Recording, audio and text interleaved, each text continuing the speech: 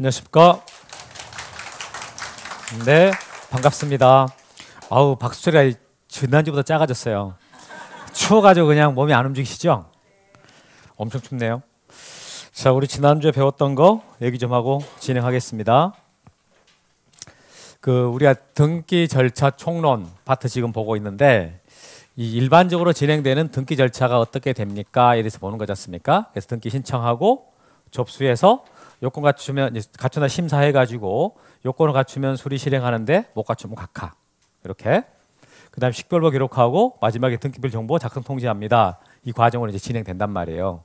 그럼 단계별로 하나씩 보는데, 자, 이제 신청 단계 들어갔을 때 등기라는 것은 어떻게 개시가 됩니까? 라는 게 있어요. 그러니까 신청하는 게 원칙이지만 예외적으로 직권을 할 수 있다. 이렇게 해서 원칙이 신청, 예외 직권. 그래서 여기 나와 있는 것들을 하나씩 다 지금 설명했단 말이에요. 그럼 여기서 자, 이 그림에서 이 방문 신청하든 전자 신청하든 당사자가 신청하는 게 이제 원칙적인 모습이란 말이에요. 근데 이 신청하는 등기 유형 중에는 이게 당사자가 신청하는 것 말고 관공서가 촉탁하는 게 있다. 이 표현을 했죠. 그래서 촉탁이라는 말은 신청하는 것인데 관공서가 하는 신청을 말한다. 그때 관공서라고 말을 할 때 관공서에는 이제 뭐 법원도 있고 그다음에 세무서도 있고 지적소관청도 있는데, 그래서 우리가 이제 등기법에 제일 많이 나오는 관공서는 법원이다. 그래서 법원이 자 등기해 주세요라고 촉탁하는 대표적인 등기에는 가압류 등기, 가처분 등기, 뭐 경매 등기 이런 게 있다라고 했지 않습니까? 그래서 법원의 촉탁 등기 이런 게 있는 것이고, 다음에 이게 촉탁은 내 성질을 좀 나눠 보니까 방금 말한 것처럼 법원에서 등기해 주세요라고 촉탁했던 가압류 있었잖아요. 요때 이 법원은 공권력의 주체로서 촉탁을 하는 거예요. 그런데 이 경우에는 서울시가 갑으로 또 샀어요. 지자체가 지금 취득했단 말이에요. 또는 지자체가 팔았어요. 이럴 때 등기 권리자로서 서울시가 촉탁할 수 있고 등기 의무자로서 촉탁할 수 있단 말이에요. 이렇게. 그러면 이럴 때는 공권력의 주체로 촉탁을 하는 게 아니라 그냥 계약 당사자예요. 거래의 주체. 그래서 거래의 주체로서 촉탁할 때가 있고 공권력의 주체로서 촉탁할 때가 있다. 근데 촉탁이라는 말을 쓰고는 있어도 성질을 따져보면 그게 나눠집니다. 이거 이따가 각하 쪽에서 한번 더 나올 테니까 거기서 한번 더 언급하겠습니다. 들었던 기억 나시죠? 네. 그다음에 자 이제 보존 등기를, 그러니까 등기 신청하는 등기 말고 예외적으로 직권 등기 있지 않습니까? 그럼 직권 등기는 신청을 안 했음에도 불구하고 등기관이 자기 권한으로 해주는 등기다라고 했어요. 그러려면 반드시 법에 규정이 있어야 되는데 그 법의 규정들을 우리가 다 안다라는 것은 사실 곤란하단 말이에요. 그래서 어떻게 나름 판단한 노하우가 필요하지 않습니까? 어떻게 판단하면 좋다? 알 수 있을까? 이런 사실이 있다라는 것을 과연 알 수 있을까? 누가요? 등기관이 알 수 있을 것 같을 때 직권을 하는 거고, 일반적으로는 모를 테니까 대부분의 등기들은 신청을 한다. 이렇게 써요. 그러면 자, 지금 이 보존 등기를 직권을 할 때가 있다라는 거죠. 근데 어떨 때 그러냐라고 할 때, 자, 미등기 부동산에 대해서 법원에 처분 제한 등기인 가압류나 가처분 경매 이런 거 촉탁이 들어오면 등기관은 이 보존 등기를 직권으로 하고 거기다가 촉탁된 가압류 등기나 가처분 등기를 하게 됩니다. 이렇게 말했죠. 그래서 미등기 부동산에 대하여 법원에 처분 제한 등기인 가압류나 가처분 경매 촉탁이 있을 때, 그럴 때 직권으로 보존 등기를 한다라는 말했어요. 그 다음에 이제 행정구역 명칭이 바뀌면, 예를 들어서 강남구 서초동이 서초구 서초도로 바뀌었을 때, 그랬을 때 표제부 쪽에는 소재가 바뀌게 되고 갑굴구 쪽에는 그 등기 명의인의 주소가 바뀐다.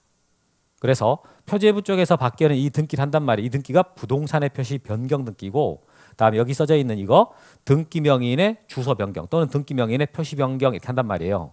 그런데 행정구역 명칭 바뀌었다라는 사실은 등기관을 비롯해서 다 알잖아요. 다 아니까 이때 부동산의 표시 변경 등기와 등기 명의인의 주소 변경 등기를 직권으로 할 수 있습니다라는 말을 하는 거지. 이렇게. 자, 그 다음에 이제 우리가 등기 신청 유형 중에서 공동 신청이 있었단 말이에요. 공동 신청이라는 말은 여러 명이 하는 신청이다라는 뜻이 아니고 등기 권리자와 등기 의무자가 함께하는 신청이다라고 말했잖아요. 그때 그 등기 권리자라고 할 때 실체법상 권리자 의무자가 있고 절차법상 권리자 의무자가 있다라고 했어요. 실체관계라는 말은요, 권리의무관계예요. 상대방한테 뭘 해달라, 그 상대방은 협조하는 거. 그래서 등기 청구권을 갖는 사람을 실체법상 권리자라 그러고, 등기 청구권에 협력할 의무 있는 사람을 실체법상 의무자라 그럽니다. 그다음에 절차법상이라는 말은요. 등기가 됐을 때 등기부에서 어떻게 되냐 이 개념이거든요. 그래서 등기가 됐을 때 등기 기록에서 권리를 취득하거나 이익 보는 사람 이것을 절차법상 권리자라 그러고 등기가 됐을 때 등기 기록에서 권리를 잃거나 불이익당한 사람 이 사람들을 절차법상의 등기 의무자라 그래요. 근데 일반적으로 보면 이 실체법상 권리자가 결국 절차법상 권리자가 되고요. 실체법상 의무자가 절차법상 의무자가 됩니다. 근데 그 100% 그런 게 아니고 조금 다른 경우도 있기는 해요. 근데 그건 제가 설명을 안 했어. 지금 지난주에 말했던 것은 주로 일치한 거. 그래서 예를 들어서 갑과 을이 매매를 해가지고 그에 따라 소유권 이전 등기해달라. 이 소유권 이전 등기해달라고 신청을 할 때 그때 등기 권리자는 매수인, 등기 의무자는 매도인이 된단 말이에요. 그때 등기 권리자라고 할 때 여기서는 실체법상 권리자, 절차법상 권리자 이게 둘 다 똑같이 나와요. 이 상황에서는 여기도 마찬가지. 자, 실체법상 의무자, 절차법상 의무자가 동일하게 나온다라는 거죠. 그런데 만약에 이 매매가 무효가 돼가지고 이제 2번 등기를 말소하게 된다라고 했을 때 그때 이제 누가 말소하고 싶어하는 쪽이냐, 말소해달라고 요구하는 쪽이 누구냐라고 했을 때 그때 이제 매도인 말소 등기할 때는 매도인이 권리자가 되고 매수인이 의무자가 돼요. 입장이 바뀌는 거지. 이렇게. 그래서 이렇게 등기 권리자가 있고 등기 의무자가 있을 때는 같이 신청해야 되는데 이걸 공동 신청이라고 합니다. 그 다음에 이게 등기 청구권이라는 개념이 있어요. 등기 청구권은 등기 권리자가 의무자한테 행사를 합니다. 자, 권리자가 의무자에게 등기해 줘라는 권리. 그런데 만약에 의무자 협조를 안 해버려 그럼 소송하죠. 소송에서 이기면 그때 그 이기는 사람을 승수한 등기 권리자 그자가 어떻게 한다고요? 단독 신청합니다. 이렇게. 그래서 등기 청구권에서 승수한 등기 권리자의 단독 신청이라는 말이 나오게 되는 것이고 다음에 등기 인수 청구권이라고 있잖아요. 의무자가 권리자에 대해서 등기 넘겨가세요. 등기 가져가세요. 이렇게 말하는 사람. 그래서 이게 등기 의무자가 권리자 행사하는데 만약에 권리자가 안 넘겨간다. 그러면 의무자는요. 권리자를 상대로 넘겨가라라고 소송할 수 있고 그래서 이게 이길 때 그 사람을 뭘 한다? 승수한 등기 의무자라 그래요. 그럼 승수한 등기 의무자로서 어떻게? 단독 신청하죠. 그래서 이게 등기 인수 청구권에서 승수한 등기 의무자의 단독 신청 이런 말이 나오게 됩니다. 그래서 여러분들이 이 승수한 등기 권리자의 단독 신청과 승수한 등기 의무자의 단독 신청은 자꾸 자주 반복해서 나온단 말이에요. 그러니까 이 말이 어디에서 그 시작이 되고 연결되는지를 그걸 알고 있어야 돼요. 특히 승수한 의무자의 단독 신청은 여러 번 나올 거거든요. 그 등기 인수 청구권에서 확장돼서 나오는 말이다. 이렇게. 그다음 방금 이 경우에 지금 상대방이 있죠. 상대방이 있는데 걔가 협조를 안 하니까 지금 소송에서 판결 가지고 단독 신청하는 거 아닙니까? 이거에 대한 이제 내용이 이 근거 규정이란 말이에요. 자, 등기 절차 이행 인수를 명하는 판결에 한 등기는 승수한 등기 권리자나 등기 의무자가 단독으로 신청할 수 있습니다. 이렇게 나왔어요. 방금 말했던 그 내용이에요. 그럼 이때 판결 받으면 단독 신청할 수 있다라고 하는데 이때 판결은 확인 판결, 이행 판결, 형성 판결 중에서 이행 판결. 이행 판결을 말하는 게 원칙입니다. 그리고 그 판결은 어떻게 돼야 돼요? 확정돼야 돼. 그래서 확정 판결이라는 말은 이게 판결의 종류가 아니라 판결이 완전히 끝난 것이다. 그래서 판결서 가지고 단독 신청하려고 그러면은요. 이행 판결이 확정 판결 나야 돼요. 이행 판결, 확정 판결 나야 단독으로 신청할 수 있습니다. 자, 그리고 이제 소송을 해가지고 자 이제 을이 승소했어요. 재판을 이겼다고. 그래서 판결서를 봤더니 갑은 을에게 이전 등기를 해라라고 판결이 나왔단 말이에요. 그러면 이 판결에 승소한 을은 판결서를 가지고 단독으로 신청할 수 있잖아요. 그럼 왜 이게 단독 신청이 가능하냐라고 했을 때 이행 판결이라는 게 의사 표시를 강제하는 판결을 했단 말이에요. 그래서 이렇게 갑은 을한테 이전 등기 해라라고 하게 되면은 이 판결서에는요 갑의 의사 표시가 강제되는 것이다. 따라서 승소한 을은 이 혼자 등기소로 가긴 했지만은 갑을 데리고 같이 신청할 효과가 나온다 그랬죠. 그래서 공동 신청효과가 나오는 거예요. 그런데 패소한 갑이 만약에 판결서를 가지고 등기해 주세요라고 신청하면 등기를 안 된다 그랬잖아요. 각하돼 버린다. 왜? 갑만 둘이 가는 거다. 그래서 어떤 사람이 된다고요? 갑갑한 사람이다. 이렇게 하면서 안 해준다 그랬단 말이에요. 기억나시죠? 네, 승소한 사람은 단독 신청할 수 있지만은 패소한 사람은 못합니다. 이렇게. 그 다음에 이제 이 단독 신청이라는 말이 한 명만 간다라는 뜻이 아니라 그랬잖아요. 한쪽만 간다. 성질상 아예 상대방이 없기 때문에 단독을 할 수밖에 없는 대표적인 등기가 보존 등기예요. 보존 등기. 소유권 보존 등기를 이제 갑이 건물 짓고 할 때 상대방 없단 말이에요. 근데 이 보존 등기 해놓고 갑이 어떻게 했습니까? 너무 감격한 나머지 갑자기 돌아가셔 버렸다. 그러면서 이제 갑이 사망하니까 상속인한테 상속이 발생해요. 그럼 이 상속인들은 따로 등기를 안 해도 이미 소유권 취득했지만 또 등기를 하긴 할 거란 말이에요. 그래서 이들이 자 등기해달라고 신청하는 거 그때 이게 어떻게 말해 상속 등기가 단독 신청이다. 상속 등기라는 말은 상속을 원인으로 한 그 소유권 이전 등기 이걸 주로 우리가 거의 상속 등기라고 말하거든요. 자 그런 거 할 때 상대방은 있다 없다? 없어. 사망해 버렸으니까. 그러니까 상속인이 3명이라 할지라도 이건 단독 신청이다라고 말하는 거예요. 그리고 이 부동산의 표시 변경 등기 아까 조금 전에 행정구역 명칭 변경으로 인한 부동산의 표시 변경 등기는 누구나 아는 사실이라 직권을 할 수 있다 그랬잖아요. 근데 여기는 지목 변경이에요. 지목 변경. 지목이 지금 잡종시대로 바뀌었단 말이에요. 그럼 저 사실은 등기관은 어떻게 할 수 있겠습니까? 모르겠지. 그러니까 어떻게 해요? 신청해야 돼. 그럼 신청할 때 누가 해달라고 신청한다고요? 소유자. 그럼 소유자 말고 상대방은 없어요. 그래서 부동산의 표시 변경 등기는 소유자가 1개월 내로 단독 신청하게 돼 있어요.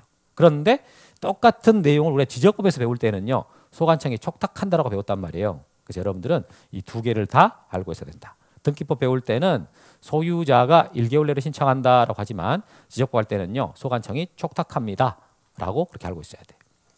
그 다음에 이거 자 등기명인, 등기명인의 표시, 등기명인 표시 변경 등기 이 개념이 어떻게 확장되는가라고 나올 때 등기상에 명의 있는 사람 그 사람을 표시할 때 성명, 주민번호, 주소 쓰는데 그 중에 뭐가 바뀌어요. 개명이 됐다. 그럼 여러분 중에 지금 개명되신 분이 있단 말이에요. 그럼 여기 나온 100원만이만 생각하지 말고 나구나라고 생각하면서 내 명의로 등기가 돼 있었는데 내가 이름이 바뀌어버렸다. 라고 했을 때 그때 하는 등기가 등기명인 표시 변경 등기라고요. 그럼 그 등기관이 여러분 명의 바뀐 걸 모를 거 아니에요. 그러니까 가서 어떻게 해달라고 신청해야 되는데 상대방 없단 말이에요. 등기명인이 단독 신청한다. 이렇게 말하는 거. 자, 그 다음에 이제 여기까지가 어떻게 게시가 되느냐 유형들을 쭉 본 거고, 그 다음에 등기해 주세요라고 신청할 때, 자, 등기관은 신청서를 보고 등기를 한다. 근데 신청서에 써진 내용이 진짜인지를 모르니까 확인을 해봐야 돼요. 그래서 여러 가지 첨부 서면이 들어온다. 그래서 첨부 정보라는 말을 첨부 서면이라고 한다 그랬죠. 그래서 이 서면이라는 말과 정보라는 말은 동일한 말로 쓰이는 거예요. 그래서 신청서 또는 신청 정보라고 그래. 이렇게. 그래서 이게 대조해서 일치하면 등기해주고 일치하지 않으면 등기를 안 해주는 거. 이렇게 판단하거든요. 그럼 이제 우리가 신청서와 관련돼 가지고 신청 정보라고 하는 거 작성할 때 어떻게 하느냐? 건당 하나씩. 내가 2건 등기 신청하고 싶으면 등기 2건, 그러니까 등기를 2건 신청하고 싶다. 그러면 신청서를 2장 쓰는 거예요.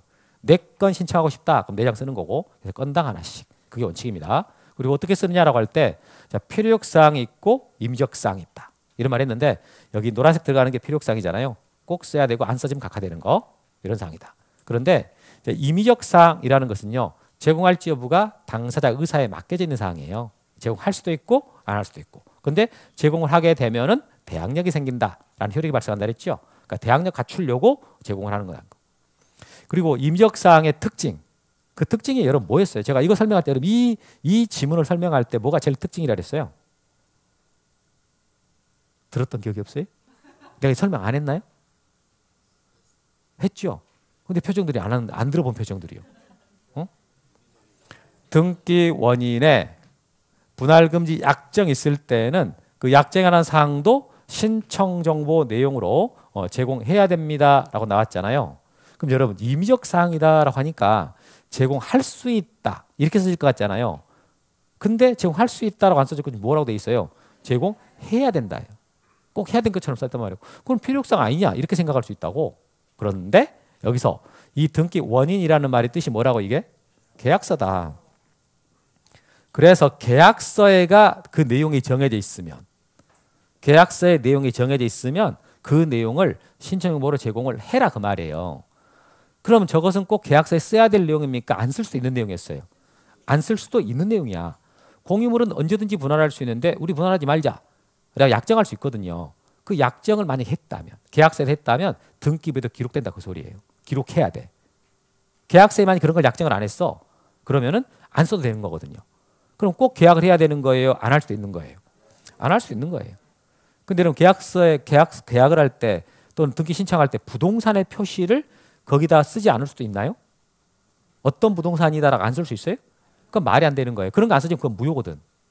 그러니까 필요역사항이라는 것은 반드시 써야 될 내용이고 임의역사항이라는 것은 기록할 수도 제공할 수도 있고 안 할 수도 있는 내용인데 만약에 계약서에다 정해버렸다면은요, 그 제공을 해야 된다 이런 말이거든요. 어떻게 말 이해되시죠? 그래서 임시적사항 규정 공식이거든. 이게 어떤 식으로 규정이 되느냐. 등기원인에 정해져 있으면 제공해라. 이런 방식이다.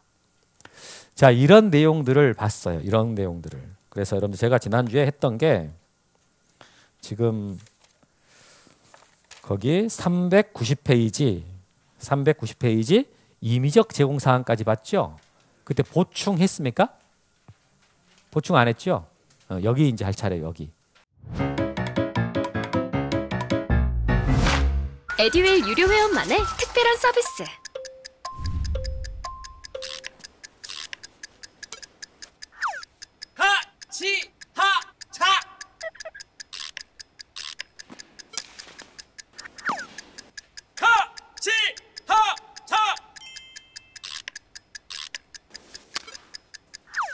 정답! 같이 하자 친구야. 에듀윌 유료 회원.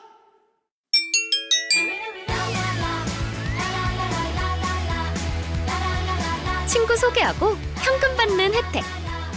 오직 에듀윌 유료 회원에게만. 에듀윌. 자, 그러면 오늘 진도 들어가도록 하겠습니다. 그 390페이지 밑에 보충 보면은 등기 의무자의 등기필 정보라고 써진 거 있잖아요. 거기를 볼 거예요.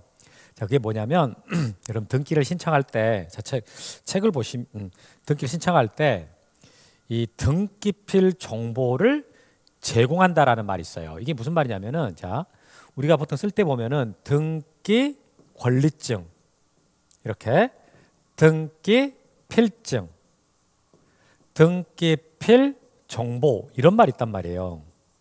그럼 이게 보통 우리가 일상에서 쓰는 말은 등기 권리증입니다. 등기 권리증이라는 말 조금 더 이제 뭔가 좀 해보신 분들은 등기 필증이라고 돼요. 근데 이 표현이 시험에 나오는 표현이 아니에요. 시험에서는 등기필 정보라는 말로 나와요.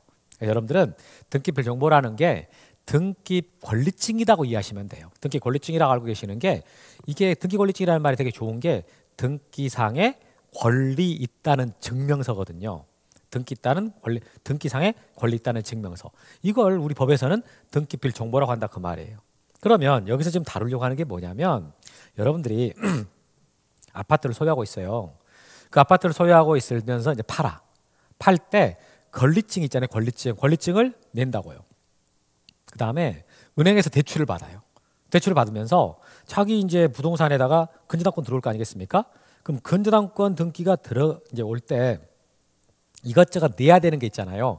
그럴 때 여러분 갖고 있는 권리증을 내라 그런단 말이에요. 이것을 등기필 정보를 제공한다 이렇게 말합니다. 그런데 모든 등기 어떤 등기들은 간에 다 이게 등기필 정보를 제공하는 게 아니고 우리 법에서 딱 정해져 있거든요. 그게 이제 공동신청일 때 등기 의무자가 제공한다. 그럼 예를 들었을 때 자, 보존 등기가 이제 맞춰졌단 말이에요. 그럼 보존 등기가 맞춰졌으면 A한테 등기필 정보를 줘요. 그래서 A가 등기 정보를 가지고 있는 거예요. 즉 등기 권리증을 A가 갖고 있다 그 말이거든요. 근데 A가 이걸 팔았어. B하고 팔고 자, B한테 이전 등기해 주세요라고 신청할 거잖아요. 그럴 때 등기 의무자인 A가 갖고 있는 이 등기필 정보를 제공하라 그 말이에요. 그래서 이제 자, 신청을 했어요. 이제 B한테 팔고 B 명의의 이전 등기 해달라고 신청을 했고 그에 따라 등기가 이렇게 됐습니다. 2번 등기가. 그러면 2번 등기가 맞춰지고 또 B한테는요 등기필 정보가 통지가 됩니다. B가 새롭게 권리증을 받는 거예요. 그러면 이 등기필 정보랑 이 등기필 정보는 같은 게 아니에요. 위에 있는 등기필 정보는 A가 소유권 취득했다는 증명서고 밑에 것은 B가 소유권 취득했다는 증명서라는 거죠. 그래서 여러분들은 이 등기필 정보가 등기 권리증이라고 이해하시라는 거지. 근데 지금 이거 그 얘기 하는 게 아니죠. 자, A가 B한테 팔고 이전 등기 신청할 때 A가 가지고 있던 이 권리증을 등기필 정보를 제공한다. 이거. 자, 그러면 B가 C하고 전세권 설정 계약을 했다고 칩시다. 그러면 전세권 설정 계약을 해가지고 자, 등기해 주세요라고 신청했어요. 그러면 전세권 등기가 될 겁니다. 이 전세권 등기 해달라고 신청을 할 때 그때 등기 의무자는 전세권 설정자, 그 다음에 등기 권리자는 전세권자잖아요. 공동 신청한다고요. 이럴 때 등기 의무자인 B가 가지고 있던 이 등기필 정보 이것을 제공하는 겁니다. 이것을 제공하는 거예요. 그 다음에 자 B가 D하고 저당권 설정 계약을 체결했어요. 그럼 저당권 설정 계약을 체결했으면 그에 따라 이제 저당권 설정 등기 할 거 아니겠어요? 이 저당권 설정 등기도 역시 자 저당권 설정자인 B가 등기 의무자가 되고 저당권자인 D가 등기 권리자가 돼서 공동 신청한단 말이에요. 그럴 때 등기 의무자인 이 B가 가지고 있는 이 등기필 정보를 어떻게 제공한다 그 말이에요. 그래서 지금 여기 나와 있는 소유권 이전 등기, 전세권 설정 등기, 저당권 설정 등기는 다 공동 신청이거든요. 그 공동 신청일 때 등기 의무자가 제공한다. 이게 등기필 정보 제공하는 기본입니다. 기본. 이게 그래서 여러분들은 등기필 정보를 제공한다라고 우리게 법에서 우리 표현을 하고 우리 지금 수업 책에도 그렇게 말을 하고 시험도 그렇게 나오는데 보통 일반인들이 쓰는 말로 바꿔보면요 권리증을 낸다 이렇게 하는 거예요. 그러니까 여러분들이 등기필 정보 제공한단 말이 어려우면 권리증을 낸다. 그런데 어떻게 신청할 때 누가 낸다? 공동 신청할 때 등기 의무자가 제공한다. 이렇게 하시면 돼요. 이렇게 하시면. 자, 이 부분 됐습니다. 잘 따라오셨습니까? 여기까지? 선생님 나는 여기가 어려운데요. 그러면 은행에서 한번 대출을 받아봐요. 대출 받아봐가지고 집에다가 저당권 한번 설정해 보라고요. 그럼 법무사가 권리증 달라 그럴 거예요. 이게 그 얘기라니까요. 아니면 그냥 팔아봐요 한번. 팔아고 소유권 넘겨주려면은 여러분 갖고 있는 권리증 내라 그런다니까요. 지금 그 얘기했던 거예요. 다른 거 아니에요. 그 얘기. 근데 이제 이게 승소한 등기 의무자의 그러니까 공동 신청할 때뿐만 아니고 승소한 등기 의무자의 단독 신청할 때도 등기 정보를 제공한다. 이거란 말이에요. 그러니까 자, A가 갖고 있는 부동산에 대해서 이제 권리증이 있단 말이에요. B랑 계약을 했어. B랑 계약을 했어요. 그런데 이제 B가 이제 A한테 같이 공동으로 바로 신청하러 가는 게 아니고 B가 A한테 등기해 줘라고 요구했는데 A가 협조를 안 해버려요. 그럼 B는 어떻게 합니까? 소송하죠. 그럼 B는 소송에서 이기잖아요. 그때 소송에서 이긴 B를 뭐라 그래요? 승소한 등기 권리자예요. 여기서 승소한 등기 권리자입니다. 그러면 승소한 등기 권리자로서 B가 단독 신청할 때 그 등기 의무자 A가 갖고 있는 이 등기필 정보 있잖아요. 이거 내야 되는 거예요? 제공해야 되는 거예요? 안 해야 되는 거예요? 자, 이거 잘 봐봐요. 이게 지금 A랑 B랑 공동 신청하는 게 아니에요. B가 소송을 했어. A가 등기 안 넘겨주니까. 그래서 B가 재판에서 이겼다고요. 그럼 승소한 등기 권리자로서 이제 등기를 단독 신청할 거 아니에요. 그럴 때 의무자 A가 갖고 있는 권리증을 내야 되냐 그 말이거든. 자, 제공한다 안 한다? 안 합니다. 제공 안 해. 이때는. 여러분이 한번 A라고 쳐봐요. 여러분이 A라고 쳐. B라 그러지 말고 A라고 쳐봐요. 그럼 재판에서 졌다고 지금. 근데 이긴 놈이 나한테 와가지고 나 등기할 때 필요하니까 권리증 주세요. 이렇게 했다고 쳐봐요. 줄 거예요? 어떻게 할 거예요? 찢어버릴 거예요. 있는 것도 태워버리든가. 없다 그럴 거 아니에요. 이건 협조 가능성이 없는 거예요. 기대 가능성이 없어. 그러니까 그냥 여기서는 냅둬라 이렇게 되는 거라고요. 근데 반대로 A가 B한테 등기 넘겨가라고 소송 넘겨가라 그랬어요. A가 B한테 넘겨가라. 근데 B가 안 넘겨가. 그럼 A는 B한테 넘겨가라고 소송을 했단 말이에요. 그때 A가 이겼어요. 그럼 A를 이때 뭐라 그래요? 승소한 등기 의무자라 그러죠. 그럼 걔가 단독 신청하잖아요. 이럴 때는 이 갖고 있던 등기부 정보 이거 어떻게 제공해야 돼요? 안 하겠어요? 제공을 합니다. 어떻게 하라고요? 아끼지 말아라. 지금 갖고 있는 거 아니에요. 그럼 A가 그걸 찢어버리겠어요? A는요 찢어질까 봐 걱정해요. 찢어버리는 게 아니라 그러니까 갖고 있는 거 어떻게 하는 거예요? 제공하는 거야. 이렇게. 그래서 이게 우리 법 규정을 보면 등기부 정보를 어떨 때 제공하냐라고 했을 때 공동 신청할 때 하고요. 공동 신청할 때 하고 승소한 등기 의무자가 단독 신청할 때 그때 제공합니다. 근데 등기부 정보 제공은 항상 누가 하는 거예요? 등기 의무자가 하는 것이지 권리자가 하는 일은 없습니다. 그래서 이 두 개 있잖아요.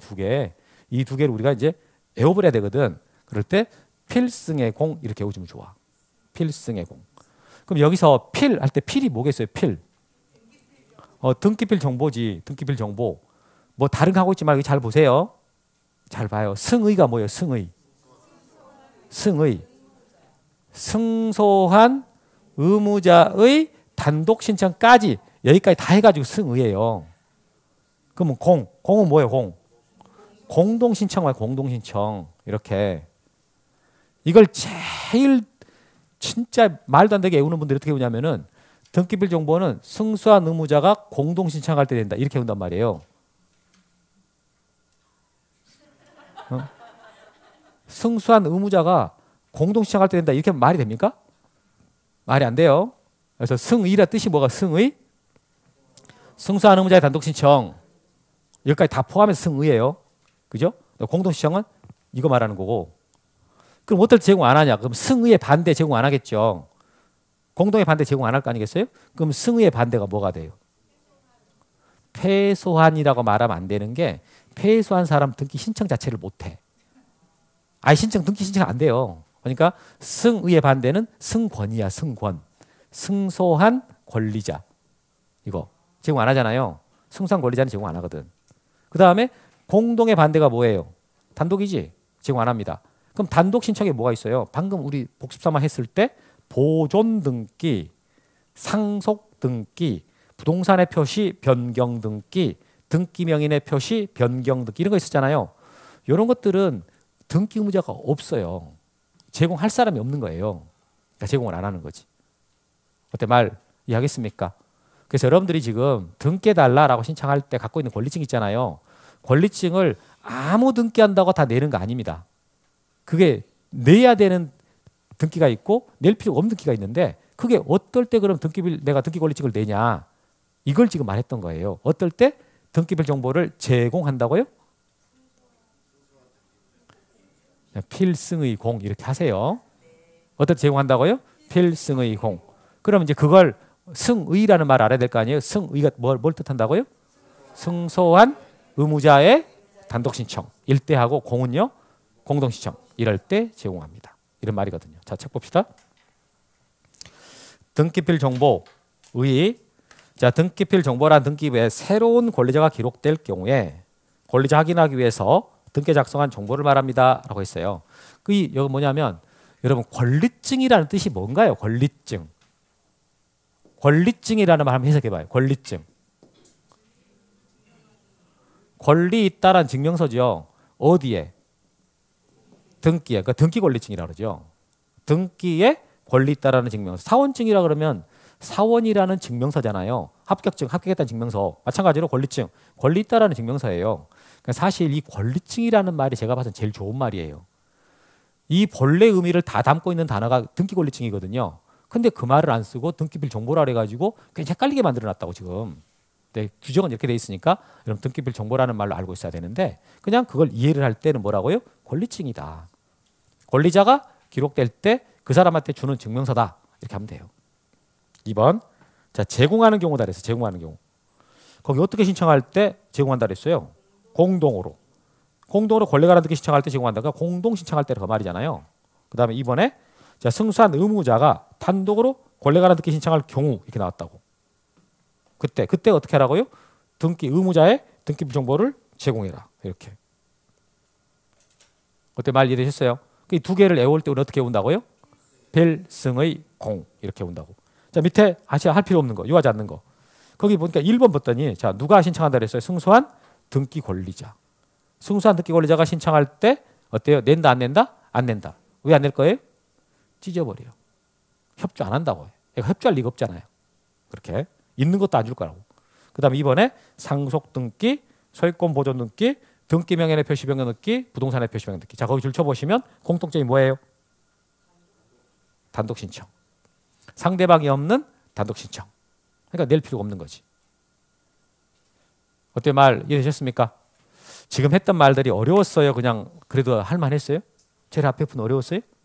어디가 그렇게 어려웠어요? 다 어려웠어요?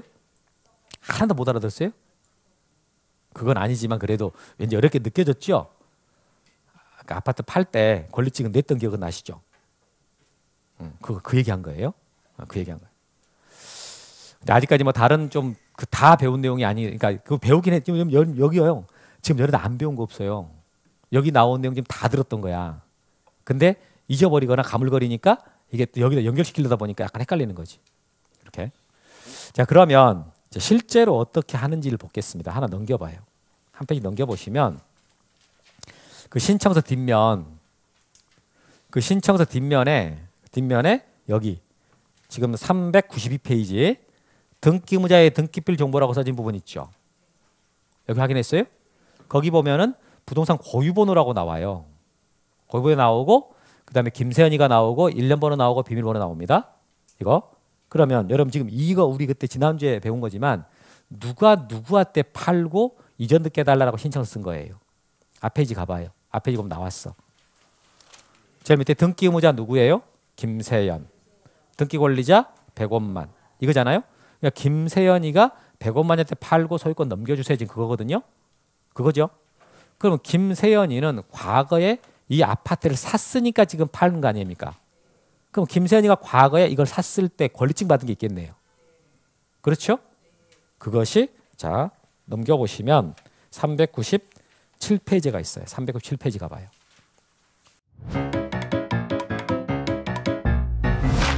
에듀윌 유료 회원만의 명품 자료 서비스.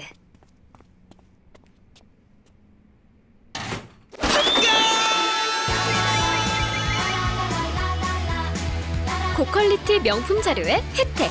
오직 에듀윌 유료 회원에게만. 에듀윌. 397페이지 봐보니까 거기에 등기필 정보 및 등기관리 통지라고 써진 거 있지 않습니까? 요게 지금 김세연이 권리증이란 말이에요. 거기 봐보니까 위에 권리자 김세연하고 나와. 확인했죠? 그 밑에 보시면 부동산 고유번호라고 있어요. 부동산 고유번호 한번 줄 한번 쳐보세요. 부동산 고유번호. 그 다음에 밑에 내려와 보시니까 접수일자 2011년도 9월 달이에요. 그리고 밑에 등기 목적이 소유권 이전입니다. 그럼 무슨 말이에요? 김세연이가 2011년도 9월 달에 소유권 이전 등기를 하고 받은 권리증이다 그 말이에요 이게. 그러죠? 그 밑에 보시면 1년 번호라고 써 있어. 1년 번호. 동그라미 쳐봐요. 그 다음 바로 밑에 비밀번호 있습니다. 거기 동그라미 쳐보세요. 자, 비밀번호 보시면 거기 번호가 50개가 있어. 지금 페이지 앞으로 가지 말고 거기 397페이지 보고 있어요. 네, 거기 비밀번호 50개 있잖아요. 우리 여러분 인터넷 뱅킹 할 때 이거 보안 카드라고 생각하시면 돼. 우리 예전에 인터넷 뱅킹 할 때 보안 카드 있었죠. 이거 그거라고 생각하시면 된다고. 그러면 여러분 거기 방금 이거 김세연이가 2011년도 9월 달에 이 아파트 취득하고 받았던 등기필 정보예요. 그럼 거기 아까 고유번호 있었죠? 1년 번호 있었죠? 그걸 여기다가 쓰는 거예요. 김세연이의 고유번호 1년 번호 쓰는 거라고요. 아까 그 신청서 뒷면 여기다가 쓰고 비밀번호 그 50개 중에서 아무거나 하나 골랐으면 돼. 그럼 여기는 몇 번을 골라 쓴 거예요? 40번을 쓴 거지. 오늘이 22일인가요? 그래요? 그럼 나는 22번 쓸란다 그럼 써도 돼요. 지 마음이야. 이거 신청인이 자기가 골라 쓰는 거거든요. 그래서 자 여기 있는 이 등기필 정보를 가지고 아까 앞에 거기 392페이지 뒷면 여기다가 이렇게 써요. 써서 이렇게 이걸 보고요. 등기필 정보를 제공한다라고 말하는 거예요. 등기필 정보를 제공한다라는 말은 그냥 등기 권리증을 통째로 준다라 이런 뜻이 아니고 여기 신청서 뒷면에다가 필요한 고유번호, 1년 번호, 비밀번호 이걸 써서 내는 거 있잖아요. 이걸 등기필 정보를 제공한다 이렇게 말하는 거라고. 어때 말 이해되셨습니까? 등기필 정보를 낸다 그러지 않아요. 우리 법에서는 뭐라고 표현한다고요? 등기필 정보를 제공한다 이렇게 말하는 거예요. 공동 신청할 때 등기 의무자가 등기소에다가 등기필 정보를 제공한다라고 표현하는 겁니다. 여기까지. 자 이렇게 해서 여러분들 등기필 그러니까 신청 정보 그거하고 거기에 등기필 정보까지 같이 지금 말해드린 겁니다.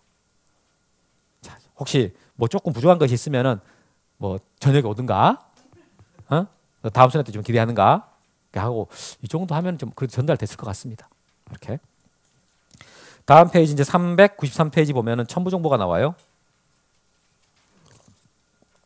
등기할 때 필요한 신청 정보의 첨부 정보. 첨부 정보는 이런 게 있구나라고 확인만 하는 정도로 하겠습니다. 바로 내려와 가지고 등기관의 처분으로 갈 텐데. 자, 이게 뭐냐면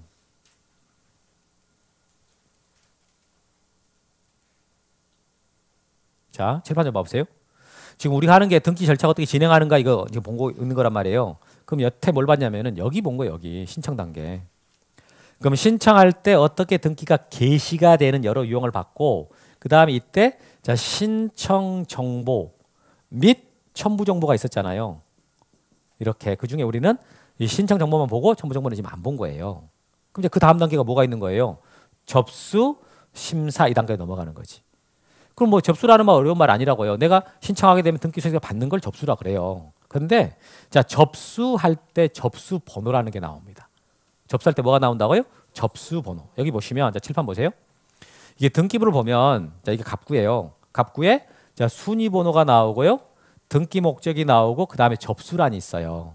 이 접수란 여기를 보면 그 등기 언제 접수된 날짜가 나오고요. 밑에 번호가 써져요. 이 날짜 밑에 나오는 이 번호 있잖아요.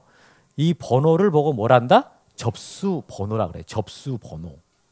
그럼 이 접수번호라는 것은 자, 등기소가요.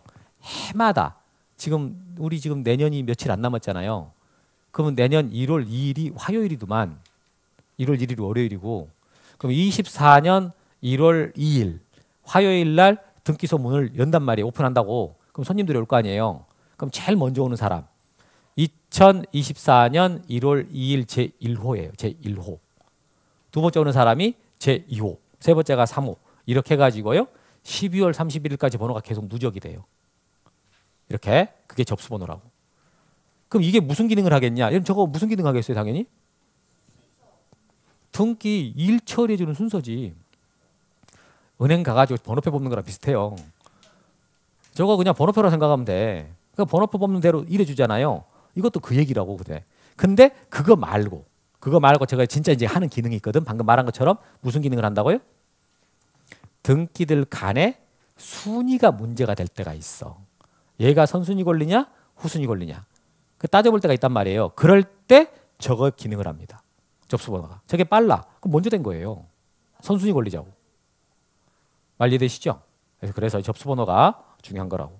그래서 밑에 보시면 자 거기에 그 접수번호라는 말이 있어. 접수번호는 1년마다 새로 부여합니다라는 말이 있어. 그러니까 접수하게 되는데 그때 뭐가 나온다고요? 접수번호. 그 접수번호는 어떻게 하라고요? 1년마다 새로 부여한다. 이렇게 등기소별로. 그리고 이제 자 접수를 했어요. 이제 접수를 했으면 그 다음에 뭐 하냐? 자 접수했으면 그 다음에 뭐 한다고요? 심사를 해. 이거 등기를 해줘야 되나 말아야 되나 이렇게 따져본단 말이에요. 해줘야 되나 말아야 되나 따져볼 때 어떻게 심사를 하겠냐라고 했을 때 아까 등기 신청할 때 내주 제공했던 게 신청 정보 및 첨부 정보 있었잖아요. 저렇게 서면들 이 서면 보통 서면이라고 말할게요.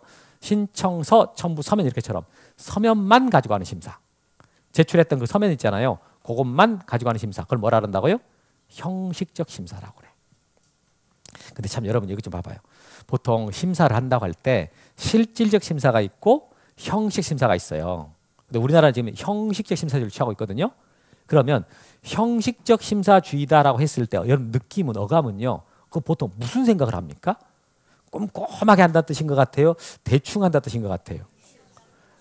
형식적으로 대충 한다 이런 느낌 있잖아요. 이게 그런 뜻이 아니야. 여러분 그 등기 혹시 여러분 셀프 등기 해본 분들 계시죠? 해보셨어요? 그럼 셀프 등기 한번 해보면은 그때 등기관들 심사를 어떻게 꼼꼼하게 하든가요? 그냥 대충 하는 것 같든가요? 과할 정도로 꼼꼼하게 해요. 과할 정도로. 그 빨간 펜, 빨간 색연필 있잖아요. 그걸로 줄 쳐가면서 하나씩 시간에 다 짚었어요. 제가 지금까지 등기를 2번 해봤거든요. 그러니까 신청서를 2번 써줘봤고 제가 직접 2번 해봤어. 근데 2번 다 그냥 나는 그렇게 처음 봤거든요. 그때 빨간 색연필 있잖아요. 빨간 색연필 그걸 또 줄 다 쳐 하나씩 꼼꼼하게 치더라고. 그 사람만 그런지 모르겠지만 2번 다 그랬거든요. 그래서 야 이것들 진짜 대충 한 거 아니네. 그래서 여기서 형식적이라는 말은요. 대충 한다는 뜻이 아니라 뭐라고요? 꼼꼼하게 그 뜻이 아니고 서면만 가지고 하십니다. 서면만 가지고. 내가 제공했던 신청 정보, 첨부 정보 있잖아요. 그것만 가지고 하는 심사를 형식적 심사라고 그래. 실체 관계. 당신 아무리 봐도 모자라 보이는데 능력 맞아요? 능력 있어요? 이런 거 안 따져본다고. 조사 안 한다고요. 그거 유효해요 계약 그거? 이거 할 때가 아닌 것 같은데 이런 거 안 따져본다고. 서류 다 봐가지고 서류 다 갖춰왔다. 그럼 등기해준다 그 말이에요 이게. 그런 의미로 쓰인 거예요. 시험 잘 안 나오는데 알고는 있어야 돼요. 등기 심사를 어떻게 한다고요? 형식적으로. 그 형식이라는 말의 의미를 알고 있어야 됩니다. 오케이 넘기시고. 그러면 이렇게 이제 심사를 했는데 심사해가지고 이 사람이 제대로 다 갖춰왔어요. 갖춰왔으면 등기를 해주지. 근데 뭔가 안 맞아. 또는 뭔가를 빼놓고 왔어. 또는 엉뚱한 데로 왔어요. 그럼 등기를 안 하고 거절할 수 있어요. 이거 등기 못합니다. 라고 거절할 수 있단 말이에요. 이걸 보고 각하라고 그래. 각하가 이제 여러분 등기 안 해준다. 안 해준다 그렇게 하면 안 돼요. 등기 안 해준다 그러지 말고 그때 뭐라 그런다고요? 각하한다. 각하라는 말을 쓸 줄 알아야 된다고. 근데 등기가 지가 기분 나쁘다고 각하해버리면 안 돼요. 우리 법에는 이럴 때 각하 할 수 있습니다 라고 해가지고요 11가지를 법에다 규정을 해놨어. 그래서 그 11가지 법의 규정에 해당할 때만 각하가 되는 것이지 아무 때나 등기 각하 못하거든요. 그래서 거기 보시면 제일 위에 각하 개념이 써졌어요. 두 번째 줄 이때라고 써진 거. 등기부상 기록을 거부하는 등기관의 처분 행위를 각하라 합니다. 제일 위에서 두 번째 줄에 써 있잖아요. 등기 못하겠는데? 라고 거부하는 거. 그걸 뭐라 한다고요? 각하. 그리고 이제 각하 사유라고 했는데 그 색깔 친 거 보니까 몇 가지라고 돼 있습니까? 11가지. 11가지로 제한적으로 돼 있다. 책 넘기지 말고요. 394페이지. 394페이지. 제대로 펴고 있었어 처음에. 이제 부담돼서 앞에 안 앉으려는데. 이제 다음 이쪽 안 볼게요. 이렇게 이로서밖에. 394페이지 보시면 거기 각하 개념 제일 두 번째 줄에 나오고 그다음에 각하 사유가 11가지 제한적 열거적 사유다라는 말이 있잖아요. 그러니까 11가지 해당할 때만 각하된다 이거예요. 그중에 이제 첫 번째 거 제1호입니다. 제1호. 1호가 사건이 등기소 관할이 아닌 경우다라는 말이 있어. 여러분 우리 저번 때 아까 제가 신청서 띄운 거 있었잖아요. 그거 관할 등기소가 어디였어요? 서울중앙지방법원 등기국이었죠. 서울중앙지방법원 등기국이었거든요. 그러면 거기 가서 등기해달라고 신청을 해야 돼. 만약에 여러분들이 그리 안 가고 여기 북부지방법원 등기국 가서 등기해달라고 신청하잖아요. 그럼 각하돼 버려요. 여러분 지금 노원 등기소 따로 있나요?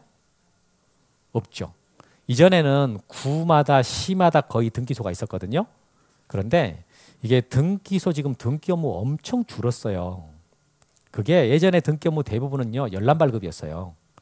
등기 직접 하는 것보다는 대부분 때려오는 게 많았거든요. 근데 그때 지금은 다 전산으로 해버리잖아요. 그러니까 등기소 등기 업무가 많이 줄어가지고 굳이 등기소를 구마다 돌 필요가 없어진 거예요. 그래서 등기소 지금 다 통폐해가지고 서울에 지금 법원에서 다 등기해요. 법원에 등기국하고 써진 거 있잖아요. 거기서 등기 업무를 다 해버려요. 이게 그러니까 이게 서울 여기 지금 노원 쪽이면은요. 여기 노원이면 좀 북부지방법원이 관할이지 않습니까? 그래서 북부지방법원 등기국 거기서 노원구 등기 업무를 처리한다고. 이렇게 말 이해되셨죠? 그러니까 그 해당되는 등기소로 가야 되는데 엉뚱한 데로 가요. 그럼 각하야. 그 1번이에요.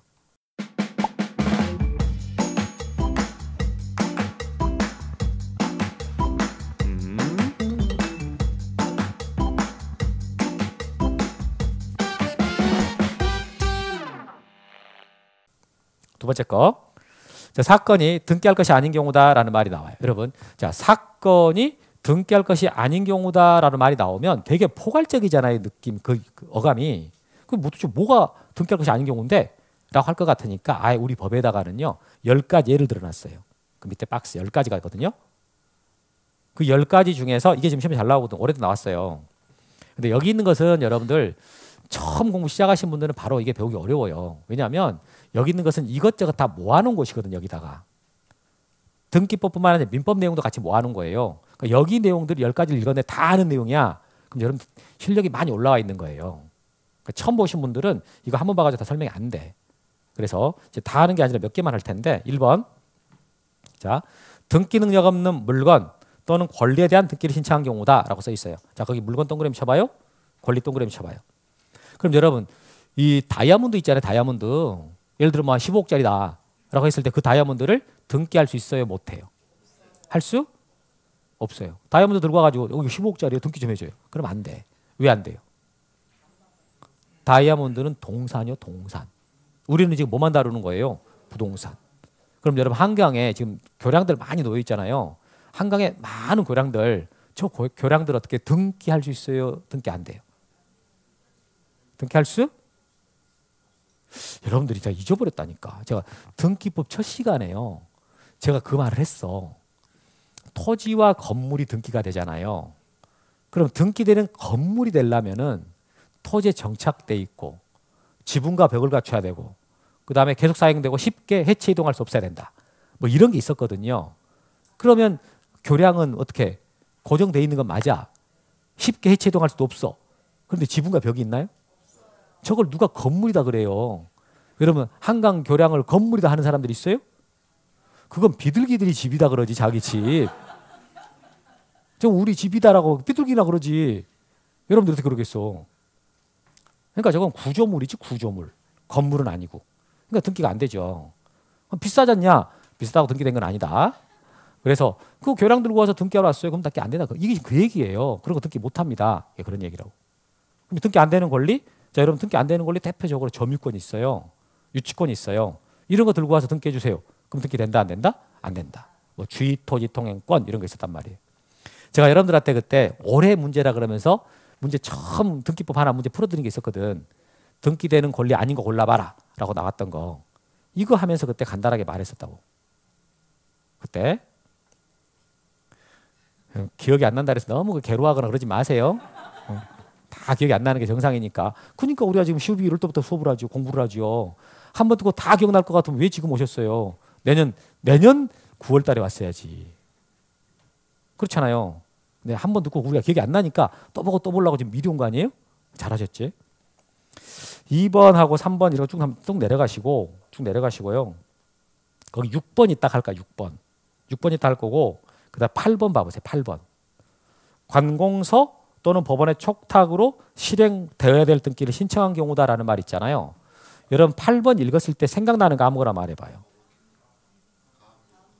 자, 칠판 보세요. 칠판 보시면 자, 여기서 이 법원이 아까 우리 앞에서 말했던 거 법원의 촉탁이 있어야지만 할 수 있는 등기 있다 그랬죠. 그게 무슨 등기였어요? 가압류 등기, 가처분 등기, 경매 이런 등기들은 반드시 법원이 촉탁해야만 할 수 있는 거거든요. 그런데 만약에 채권자가 직접 등기소 가가지고 나 가압류 등기 해주세요 라고 신청을 했다 이렇게. 이러면 이 등기 된다 안 된다? 안 된다 뜻이에요. 이게 지금 그 얘기거든. 그래서 반드시 법원이 촉탁을 해야 하거나 아니 다른 관공서에서 촉탁을 해야만 할 수 있는 등기들이 있단 말이에요. 그 대표적인 이제 법원이 촉탁하는 거 꼭 기억하셔야 됩니다. 가압류 등기, 가처분 등기, 경매 등기 이런 거. 근데 그걸 만약에 신청을 하고 왔다 그러면 안 해줘요. 왜? 저런 등기들은요. 재판 과정을 거치지 않으면 못하는 등기들이에요. 전 재판을 해야 되거든. 가압류, 가처분, 경매는 꼭 재판 과정을 거쳐요. 바로 안 된다고. 그렇기 때문에 이렇게 되는 건데 자 이제 거기 들어봐요. 이게 같은 촉탁 등기지만 아까 이거 서울시가 샀을 때 또는 서울시가 팔았을 때 자 서울시가 판 거 갖고 얘기해 볼게요. 서울시가 지금 매도인이 되고 을이 매수인이 됐어. 그럼 이 등기 3번 등기 할 때 서울시가 의무자 이게 을이 권리자가 되는 거예요. 그럼 권리자가 나 등기해줘라 청구를 하면 그럼 서울시가 촉탁해서 이 3번 등기를 한단 말이에요. 이게 을과 서울시가 공동으로 하는 게 아니라 서울시가 촉탁을 해가지고 3번 등기가 된단 말이에요. 그런데 이때 을이 서울시한테 그러는 거예요. 나 등기 한번 해보고 싶어요. 나 등기할 기회가 자주 없어서 그러니까 나 이번 게 꼭 내가 직접 등기 한번 해보고 싶어요. 라고 말해. 그냥 서울시가 무슨 말이에요? 아 등기해보고 싶다고요. 그럼 어떻게 하라고? 우리 같이 한번 해봅시다. 같이 공동으로 같이 한번 신청해 봅시다. 라고 의뢰했단 말이에요. 그럴 때 등기관은 등기해줘야 각하시켜버려. 해줍니다. 이건 해주는 거예요. 이건 왜 해주는 거예요? 얘가 막 소원을 빌어서 해준 거예요? 이게 그냥 지자체이긴 하지만 계약 당사자잖아요. 계약 당사자. 그냥 일반인들이 매도인, 매수인처럼 계약 당사자란 말이에요. 그러니까 계약 당사자로서 등기 신청할 수 있는 거지. 그래서 이 경우는 해준다고요.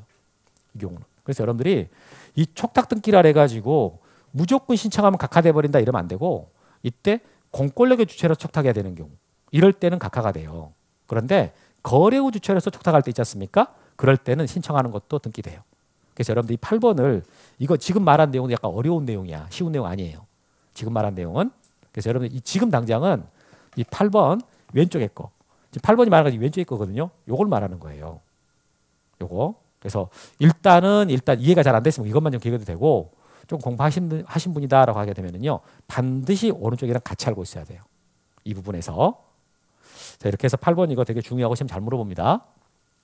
두 개를 구분할 줄 알아야 되고 그다음에 9번에 나와 있는 거. 자, 이미 보존 등기된 부동산에 대해서 다시 보존 등기를 신청했다. 여러분, 보존 등기 돼 있는데 해당 부동산 또 보존 등기 하러 왔어요. 그럼 어떻게? 큰 문제예요. 별거 아니에요. 이게요. 보존 등기를 한다라는 게 그냥 등기 하나 하고 끝났다 뜻이 아니에요. 보존 등기를 한다라는 말은요. 등기부를 새로 만드는 거예요. 그러니까 보존 등기는 그냥 등기 하나 한다고 끝나는 게 아니고 보존 등기를 할 때 그 부동산 등기부가 만들어져요. 근데 이미 보존 등기가 됐다 이미 돼 있다라는 말은요. 해당 부동산에 등기가 이미 있다는 뜻이거든. 있는데 또 보존 등기를 하러 왔다는 것은 등기부 새로 만들어라는 소리예요. 근데 그렇게는 안 한다고. 그래서 이 9번 같은 경우에 이미 보존 등기 있을 때는요. 또 보존 등기 해달라고 하면은요. 있습니다. 라고 하면서 안 해주는 거예요. 그때 말 이해되시죠? 이렇게. 그래서 그럼 9개 중에서 지금 3개 했는데 뭐 나머지는 아직 안 배운 것도 있고 해서 이제 이 정도 하고 이따 6번은요. 이따 3교시 수업하면서 다시 한번 할 겁니다. 이거 할 때. 자, 이렇게 해서 이제 각하사유 중에서 2호 사건이 등기할 것이 아닌 경우 참 잘 나오거든요. 그런데 여러분 보통 여러분들이 등기할 때 본인이 직접 한다기보다는 법무사한테 많이 맡기잖아요. 왜 그걸 맡기는 거예요, 법무사한테? 아까 신청서 쓰는 방법 있잖아요. 그런 걸 잘 모르니까 맡기는 거 아니에요? 근데 신청서를 만약에 내가 직접 셀프 등기한다 해가지고 썼는데 제대로 안 썼어. 그럼 등기해 주겠어요? 안 해줍니다. 그 5번이에요. 5번. 밑에 박스 밑에 동그라미 5번 있잖아요. 거기 봐보시면 신청 정보의 제공이 대법원 규칙이 정하는 방식에 맞지 않는 경우다 이 말 있잖아요. 요게 지금 신청서를 제대로 안 써왔다고 소리예요. 신청서를 제대로 안 써버리면 어떻게 된다고요? 각하돼 버려요. 자, 그리고 또 하나 여러분들이 등기를 신청을 할 때 왜 본인이 직접 못하냐, 어떤 서류를 첨부해야 될지 잘 모르니까 못하는 거 아니에요. 이게 첨부될 서류들이 있는데 그게 뭔지 모르는 거야. 그래서 만약에 내가 셀프 등기한다고 준비를 했는데 서류 하나 빼먹고 왔다고. 빼먹고 서류 하나 빼놓고 왔어요? 그럼 해주겠어요? 안 해주겠지. 그게 9번이에요. 9번 9번 가봐요. 9번 등기에 필요한 첨부 정보를 제공하지 않았다. 그러니까 빼놓고 왔다는 뜻이지. 이런 거. 제가 아까 등기 2번 했다 그랬잖아요. 2번 다 한 번에 못 끝냈어. 2번 한 번에 못 끝내고 이거 좀 다시 해보세요. 그렇게 했단 말이에요. 그럼 뭐가 그랬냐? 뭐 때문에 그랬냐? 그게 채권을 매입해야 되는데 채권 그 할인율 적용하는 거 있잖아요. 그걸 계산을 잘못해 버린 거거든. 그게 10번이에요. 그게 10번. 세금 내고 와라. 채권 매입하고 와라. 그거거든요. 그게 10번 내용이라고요. 이 10번에 걸린 거였어요. 그때. 근데 대부분의 제가 봐도 그래. 이거 계산 정확하게 잘 한다거나 채권 할인에 익숙하지 않으면 다른 건 다 준비해 가는데 이 채권에서 걸리는 것 같더라고. 쟤도 저 2번 다 거기서 걸렸으니까. 그래서 10번이 지금 그 얘기거든요. 나중에 그 은행에서 다 알아서 해줍니다. 해주긴 해요. 그래서 이렇게 해서 자 지금 각하사유 한 이 정도 할 텐데 어때요? 여기 어려운 부분 아니에요. 조금 여러분들이 실력이 좀 올라가잖아요. 지식이. 그럼 여기 충분히 커버가 돼요. 대신에 한 번에 잘 안 돼. 특히 2호 2반. 2호 2반은 시험에 되게 잘 나오는 파트니까 꼭 알아야 되거든요. 이게 다는 아니야. 더 있어. 지금 10개나 내놓고 더 있다고요? 그 10번 봐봐. 10번에 뭐라고 써 있나? 그 밖에라고 돼 있잖아요. 그 밖에. 그래서 더 있다는 뜻이에요. 하여튼 그렇지만 주 내용은 여기서 나오는 거지. 자, 이렇게 해서 여러분 각하사유에 해당하면 등기를 안 해야 되는 거죠. 안 해야 된다. 해서 여기까지. 지금 여러분들 조금 더 하고 싶은 마음이 있긴 있는데 분위기는 쉬어야 될 분위기요. 여기 봐요. 신청, 접수, 심사해가지고 요건을 갖췄으면 해주는데 못 갖추면 어떻게 된다고요? 각하. 근데 각하는 아무 때나 하는 게 아니라 우리 법에 규정된 11가지. 11가지 해당할 때만 각하가 됩니다. 그 중에서 시험에 제일 잘 나온 것은 2호거든요. 그러니까 2호 2반 위주는 확실히 알고 있어야 돼요. 두 번째 거. 자, 여기까지 하고 쉬었다가 4번 이어서 가도록 하겠습니다.